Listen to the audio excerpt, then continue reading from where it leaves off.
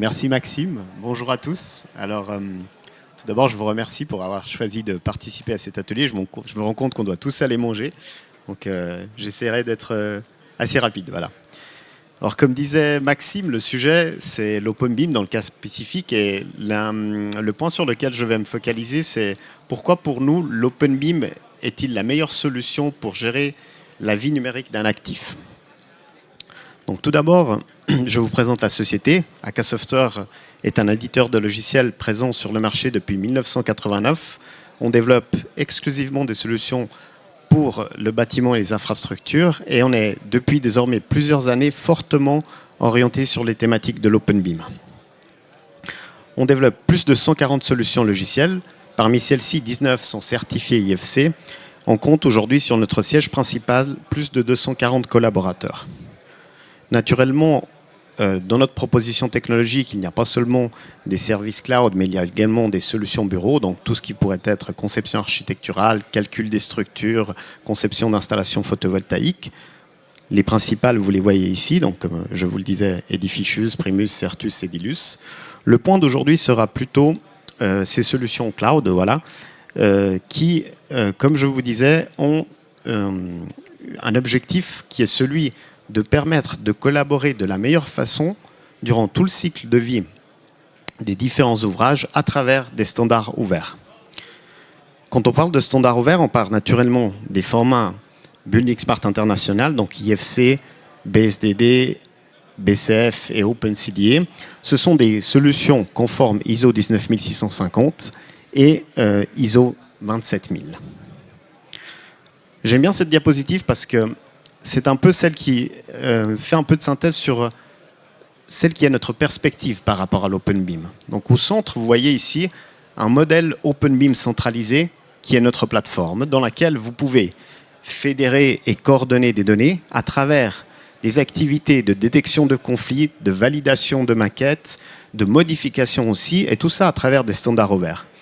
Pourquoi c'est important? Parce que on sait très bien qu'aujourd'hui, surtout dans les premières phases qui sont celles de conception, les différentes équipes de travail utilisent des outils logiciels, des solutions logicielles métiers dédiées spécifiques et qui fonctionnent très bien d'ailleurs. Dans certains cas, il y a carrément des plateformes qui sont déjà utilisées en interne. Mais du moment qu'il y a un besoin, durant toute la vie d'un ouvrage, de dialoguer avec d'autres types d'acteurs ou avec d'autres spécialités métiers, il est impensable que tout le monde utilise les mêmes solutions logicielles.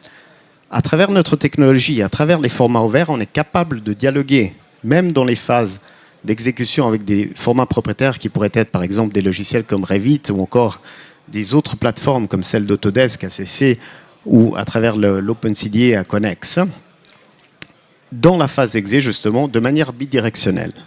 De même, le fait de travailler sur des standards ouverts permet de faire des intégrations à différents niveaux avec d'autres domaines. Donc on peut commencer à travailler par exemple dans le domaine de l'SIG, avec des intégrations avec des technologies IoT, avec des systèmes de gestion financière, 4D, 5D. Donc les formats ouverts en général permettent une intégration dans toutes les phases, comme je disais tout à l'heure, même avec différentes technologies. Des technologies avancées qui permettent d'introduire des concepts d'informatique décisionnelle, des concepts de IA, de réalité virtuelle immersive et de réalité augmentée, jusqu'à arriver à créer un véritable jumeau numérique géospatial à l'échelle territoriale. Donc on se positionne avec la plateforme de AK Software au centre d'un écosystème qui se fonde sur des formats ouverts et qui a pour but et pour objectif de construire l'ensemble de la vie numérique justement d'un actif avec toutes les informations qui seront nécessaires dans les différentes phases. Naturellement, le premier passage est celui d'avoir à disposition un environnement commun des données. Donc c'est une plateforme à laquelle on accède à travers une adresse email et un mot de passe. J'ai un premier niveau qui est celui d'un niveau de gestion d'abonnement dans laquelle j'irai gérer des utilisateurs. Je pourrais déjà créer des groupes en fonction des exigences de chacun projet, gérer un certain nombre de licences, avoir toujours le contrôle sur qui a fait quoi comme type d'activité au niveau d'abonnement. j'accéderai dans mes différents projets dans lesquels, naturellement, j'irai paramétrer, j'irai configurer les différents intervenants en allant définir des rôles, en allant définir des autorisations, en allant définir des accès spécifiques à un certain type d'information. Donc ce sont des fonctionnalités standards avec la possibilité, même vous voyez, à travers un dossier partagé, de partager des informations sur l'ensemble de mes projets. J'ai des concepts à l'intérieur de statuts, donc je peux aller gérer une validation de documentaire à travers des statuts. Je peux ajouter de la métadonnée à travers ce que nous avons défini des tags BIM. Donc quand je téléverse un fichier, automatiquement, j'ai déjà des informations qui sont présentes sur ce fichier. Je peux augmenter ce niveau d'information afin de rendre plus organique la recherche à l'intérieur de la plateforme. Donc dans un scénario dans lequel j'aurais par exemple des dessins de structure et je suis sur un chantier et j'ai besoin d'aller consulter un de ces documents, les tags BIM me facilitent la recherche sur un niveau spécifique, comme dans ce cas, et me permettent d'accéder facilement à une donnée. Les statuts sont également des systèmes de filtres et j'ai naturellement le concept de versionnement à l'intérieur de la plateforme. Donc ça, c'est la partie, comment dire, d'introduction sur le concept de la plateforme. Maintenant, comme je vous disais tout à l'heure, on se contextualise dans les différentes phases avec plusieurs applications. On n'aura pas le temps de les voir toutes. Ici, on verra seulement certains exemples et on commence par la phase de conception. Donc, on l'a dit tout à l'heure, le concept est celui de garantir le maximum de flexibilité dans l'intégration avec des technologies qui sont déjà existantes afin de permettre une mise en œuvre progressive d'un système d'information auprès des différentes maîtrises d'ouvrage.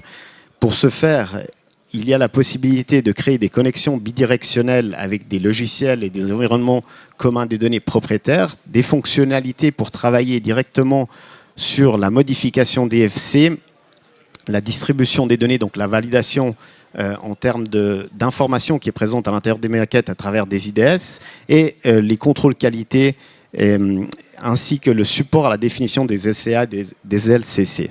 Par exemple, un cas d'usage pourrait être celui de travailler directement dans une interface de Revit, celle que vous voyez ici à gauche, avec un plugin qui s'appelle USBIM Revolution et qui permet de synchroniser une information avec une maquette en format ouvert qui est présente sur la plateforme. Donc je travaille directement dans mon logiciel propriétaire, je peux éditer des nouvelles propriétés, des nouvelles classes IFC, je peux les copier, je peux créer des templates. Et simultanément, vous voyez ici, je charge, par exemple, dans cet exemple d'ouvrage, c'est un gestionnaire des eaux. Dans ce cas spécifique, il y a des pompes qui ont des caractéristiques qui ont été utilisées sur différents éléments. Je peux même introduire le concept de classification. Donc, je suis dans une phase dans laquelle je suis encore en train de construire ma maquette. Je suis dans une phase de conception. J'ai des outils qui me permettent de faire dialoguer une maquette qui est en format propriétaire avec un jumeau qui est présent au sein de la plateforme, synchronisé, vous voyez, au format IFC. Donc, si je sélectionne un élément à droite sur la plateforme, j'ai toutes les propriétés dans la visionneuse de la plateforme, je sélectionne le même objet de l'autre côté, j'ai simultanément la possibilité de voir les deux. Ce qui me permet de lancer, par exemple, des applications de détection de conflits et d'avoir immédiatement un retour directement sur la maquette, ou encore d'aller faire des vérifications en termes de qualité de l'information qui est présente sur la maquette à travers des systèmes IDS, à travers le format IDS. Donc je peux comprendre si le livrable qui m'a été, que quelqu'un m'a donné est effectivement conforme en termes d'information par rapport à celle qui est mon attente. En restant dans l'optique de la qualité de l'information, un autre sujet important, surtout dans les premières phases de construction d'un jumeau numérique, est celui de définir justement le type d'information que vous souhaitez avoir sur une maquette. Et en fonction, non pas seulement d'une phase spécifique, mais en raisonnant plus globalement sur des exigences qui pourraient être justement générales pour une maîtrise d'ouvrage. Donc dans une phase de conception, dans une phase exé et dans une phase même de gestion, exploitation, maintenance. USBIM Data Quality permet notamment de créer tout d'abord des bibliothèques d'objets. Donc je vais construire une véritable bibliothèque dans laquelle je renseigne les objets qui, pour une raison quelconque, feront partie d'un des ouvrages que j'irai réaliser avec des informations spécifiques. Sur chacun de ces objets, vous voyez toujours en fonction du standard IFC, sur chacun de ces objets, j'irai définir des propriétés. Donc je vais créer pour chacun de ceux-ci des propriétés spécifiques.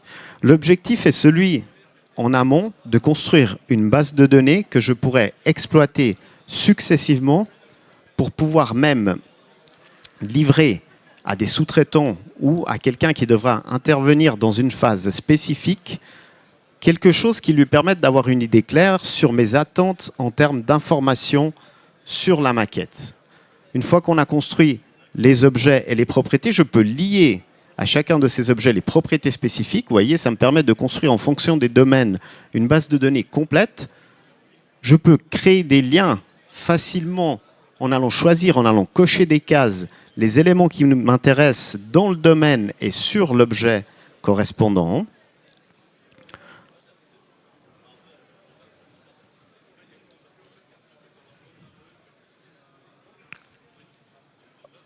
Jusqu'à arriver à créer des cas d'études. Donc jusqu'à arriver à définir des usages spécifiques sur lesquels j'utiliserai ces objets dans les différentes phases de réalisation justement d'un ouvrage. Donc, en bonne substance, je construis tout d'abord une bibliothèque d'objets. Sur ces objets, je crée une liste de propriétés spécifiques, je crée des liens entre les deux, je vais définir dans quelle phase ces objets seront utilisés, et à la fin, je n'aurai que à créer à chaque fois les éléments qui m'intéressent afin de mettre dans les conditions quelqu'un qui devra s'occuper de faire de la coordination, de vérifier les éléments qui m'ont été livrés, d'avoir des informations en format ouvert, dans ce cas spécifique, à travers l'IDS.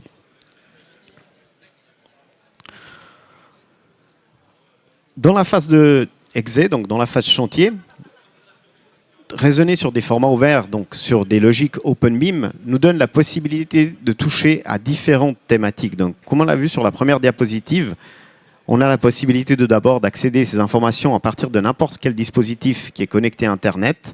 J'ai la possibilité de faire des activités de suivi de chantier, de gérer la sécurité sentier, gestion financière, donc toute une série d'intégrations avec des applications spécifiques qui me permettent, dans la phase de chantier, d'exploiter cette donnée en format ouvert. Donc, ici, je vous montre un exemple sur la réalisation d'un bâtiment industriel. Donc, tout d'abord, une capacité, vous voyez, à fédérer des relevés faits par nuage de points en fonction de dates spécifiques. Donc, je peux suivre à travers ces différentes vues l'avancement de mon chantier en exploitant toutes les fonctionnalités de la visionneuse, dans ce cas. Donc, je peux prendre des mesures. Je peux aller vérifier à tout moment des activités qui ont été menées à une date spécifique sur le chantier en utilisant des boîtes coupe, ce qui me permet d'avoir aussi une vue tridimensionnelle en 3 dimensions sur le relevé dans ce cas spécifique. Et tout ça construit autour de formats ouverts. Donc je ne suis pas lié à un éditeur de logiciels spécifique. Je peux garantir une continuité au fil du temps des activités. Je peux imaginer des intégrations avec beaucoup d'autres applications. Dans la visionneuse, naturellement, il y a la possibilité de visualiser également des photos 360 degrés. Donc, je peux avoir même des images à très haute définition par rapport à l'avancement de mon chantier. Je peux imaginer de superposer différents types de données. Donc, par exemple, mettre ensemble le relevé par nuage de points, les photos 360 degrés avec un plan d'XF DWG. Ce sont tous des formats qui sont compatibles avec la plateforme, qui peuvent être fédérés. En imaginant de vouloir mettre à jour ces informations, donc j'ai fait un nouveau relevé sur mon chantier, il me suffira tout simplement d'aller fédérer, comme dans ce cas spécifique, une nouvelle vue. Je n'aurai qu'à la positionner avec des simples outils, donc j'irai fixer des points sur la maquette relevée par rapport aux maquettes existantes, des points spécifiques qui me permettront de la caler de la meilleure façon. Et je peux même faire des activités de comparaison entre des situations à une date spécifique et un relevé qui a été fait aujourd'hui ou comparer deux relevés qui ont été faits à 2 dates différentes. Je peux naturellement activer également la visibilité du projet, donc de la maquette en format IFC. Donc vous voyez comment je suis libre de fédérer différents types de formats et d'exploiter et de mettre à jour en fonction d'exigences spécifiques ce jumeau numérique présent sur la plateforme en ajoutant des informations, dans ce cas spécifique, dans la phase d'exécution. Une autre thématique est celle de vérifier la correspondance entre une maquette de projet, donc dans ce cas un IFC, avec par exemple toujours un relevé fait par le biais de nuages de points. Donc dans ce cas, j'ai des outils qui me permettent de faire une comparaison. Vous voyez ici, tout ce qui est mis en évidence en bleu sont des objets qui ne sont pas du tout présents sur la maquette IFC. En rouge, ce sont des objets qui sont présents, mais avec une petite différence. Donc je suis libre de définir une distance de tolérance, voilà. Et je peux, de cette manière, aller faire des vérifications dans la phase exé par rapport à un projet. Une autre thématique, toujours, en restant sur la phase d'exécution, là on est plutôt conception-exécution, est celle de la réalisation d'un planning de chantier. À travers les applications du système USBIM, je peux créer un diagramme de Gantt, donc je peux aller définir des activités, tout simplement en allant créer des périodes spécifiques. Donc j'irai construire l'ajout des différentes périodes et à chacune de ces périodes, je ferai correspondre des objets de la maquette IFC. Ceci me permettra de construire mon diagramme de Gantt. Je peux le faire même en important des informations à partir de Primavera ou MS Project, par exemple. Donc là, on voit la phase dans laquelle on fait un lien entre les entités de la maquette et les périodes de temps que nous avons définies dans le diagramme de Gantt. Ce qui, à la fin, me permet d'avoir une évolution naturellement dans le temps en prenant en compte même des aspects de coût. Donc je pourrais même aller, pour chacune de ces périodes, définir des coûts spécifiques et avoir un contrôle sur l'avancement du chantier. C'est pour ça que je vous disais que c'est une application qui est un peu au milieu entre la phase de conception et la phase exé. Donc là, je peux accéder à d'autres outils qui sont, dans ce cas, orientés devimétrés. Je peux réaliser les différents montants pour chacune des phases et obtenir l'évolution de mon chantier dans le temps.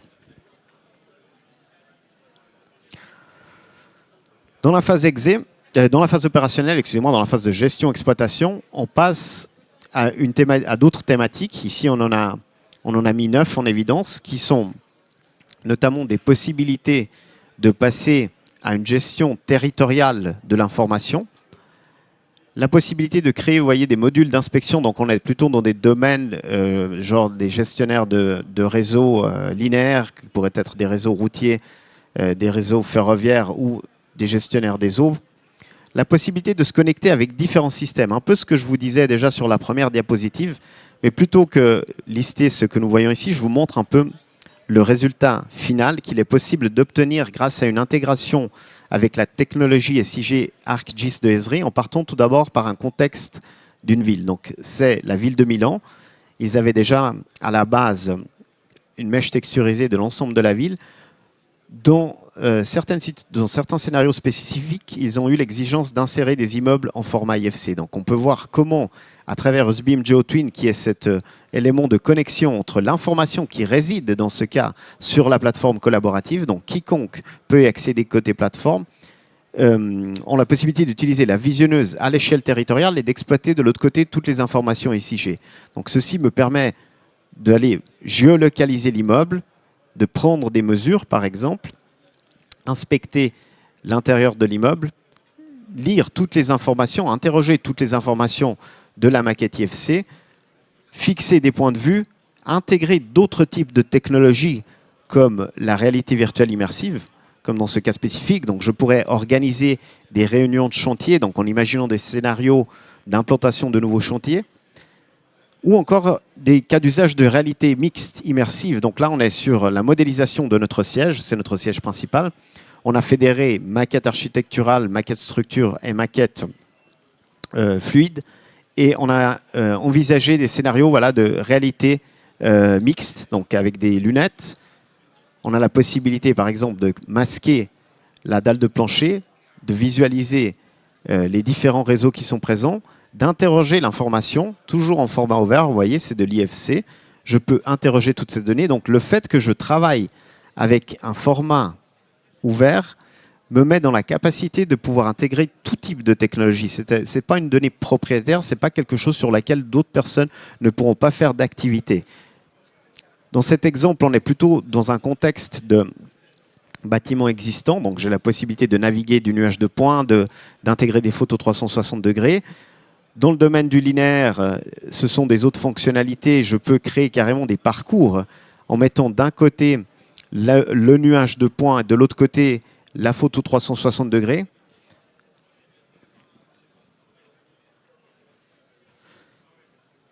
L'intégration d'autres technologies comme celle de l'Internet des objets. Donc ici, on est sur des exemples de monitoring de ponts.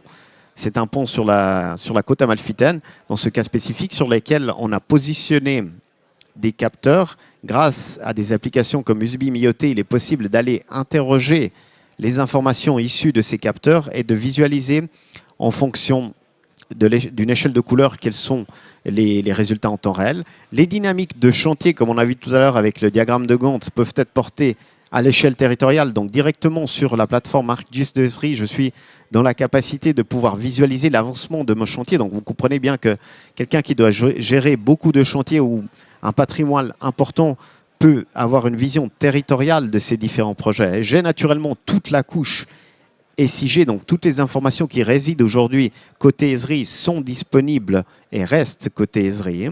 Au contraire, tout ce que nous voyons dans ce cas spécifique sur la maquette BIM, c'est quelque chose qui est centralisé dans la plateforme sur laquelle je mènerai toutes mes activités, comme par exemple aussi la gestion des activités de maintenance. Donc là, je suis en train de dialoguer avec un système de GMAO existant et je visualise les tickets, les maintenances programmées directement à l'échelle territoriale sur une maquette IFC qui est géolocalisée dans un contexte. Dans un scénario dans lequel il y a naturellement des modifications qui sont faites sur une maquette. Donc, on l'a dit tout à l'heure, une des exigences est de tenir à jour cette maquette. Eh bien, dans ce contexte, je suis en train de travailler avec l'utilisateur 1 dans la plateforme. Donc, cette maquette, c'est une maquette qui est déposée sur la plateforme. De l'autre côté, c'est un utilisateur qui accède à la donnée territoriale à travers ArcGIS. Eh bien, vous voyez dans cet exemple un peu exagéré, j'ai déplacé un lit en bas du bâtiment, j'ai positionné une voiture. Ce sont des opérations que je fais sur la plateforme et qui immédiatement sont visibles aussi à l'échelle territoriale. Je peux accéder depuis le système SIG à des informations qui sont présentes toujours sur les maquettes déposées sur la plateforme. Donc je pourrais par exemple aller interroger les types de menuiserie, tout simplement en les sélectionnant et en ayant les informations dessous, mais je pourrais même lancer des interrogations en allant identifier des surfaces spécifiques. Donc dans ce cas, je peux demander à comprendre quelles sont les destinations d'usage des différents immeubles qui ont été fédérés et même obtenir un tableau en fonction des destinations d'usage.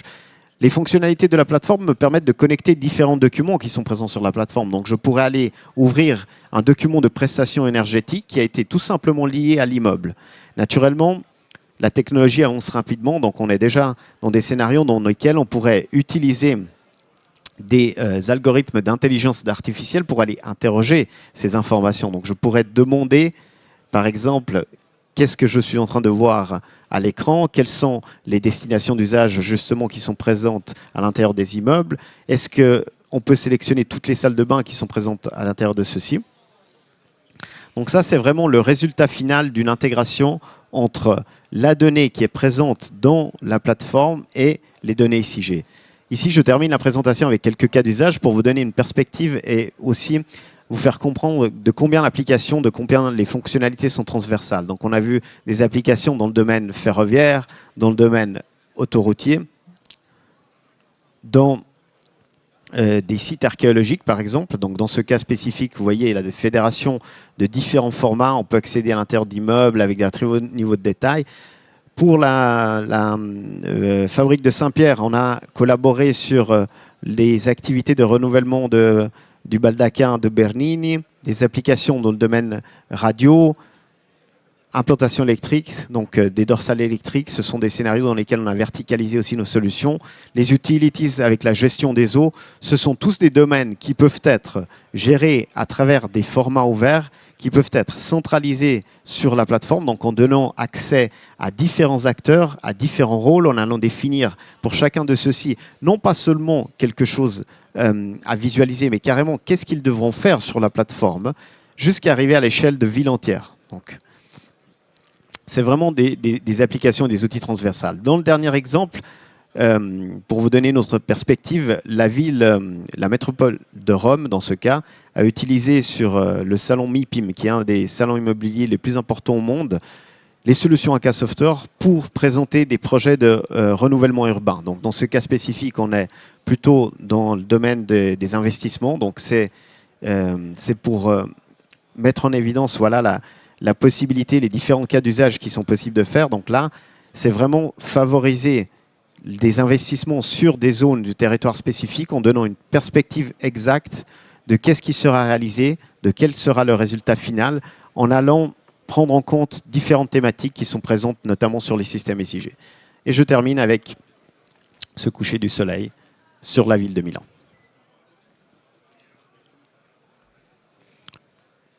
Rejoignez-nous sur notre stand si vous avez des questions. Et merci à tous.